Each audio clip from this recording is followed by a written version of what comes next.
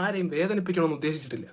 അല്ലെങ്കിൽ തന്നെ ഒരു ഉറുമ്പ് കടിക്കുന്ന വേദനയില്ലേ, അത് ഇത്രയും സഹിച്ചാൽ തരാണ്. നഷ്ടപ്പെടുന്നതാണെങ്കിൽ വെറും ഒരു തുള്ളി ചോര, ഒരു തുള്ളിയൊന്നും ഇല്ല, അരത്തുള്ളിയൊക്കെയാണ് നഷ്ടപ്പെടുന്നത്. ഈ അരത്തുള്ളി ചോര വെച്ച് നിങ്ങൾ എന്തിനു കാണിക്കാനാണ്?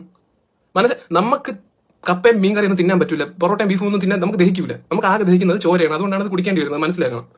വേറെ ഏതൊരു ജീവിയും കൊല്ലുന്നതിന് മുമ്പ് നിങ്ങൾ ഒന്ന് ആലോചിക്കും, കൊല്ലണോ, ഒരു ജീവനല്ലേ എന്നൊക്കെ ആലോചിക്കും. നമ്മളെ കാര്യത്തിൽ മാത്രം അതൊന്നുമില്ല. ഒപ്പന കളിക്കുമ്പോഴല്ലേ കുടുംബക്കാരെല്ലാവരും കൂടെ സന്ധ്യയാകുമ്പോൾ മുറ്റത്തിറങ്ങി നിന്നിട്ട് അടിച്ചടിച്ച് കൊല്ലുന്നത് നമ്മളെ പിള്ളേരെ.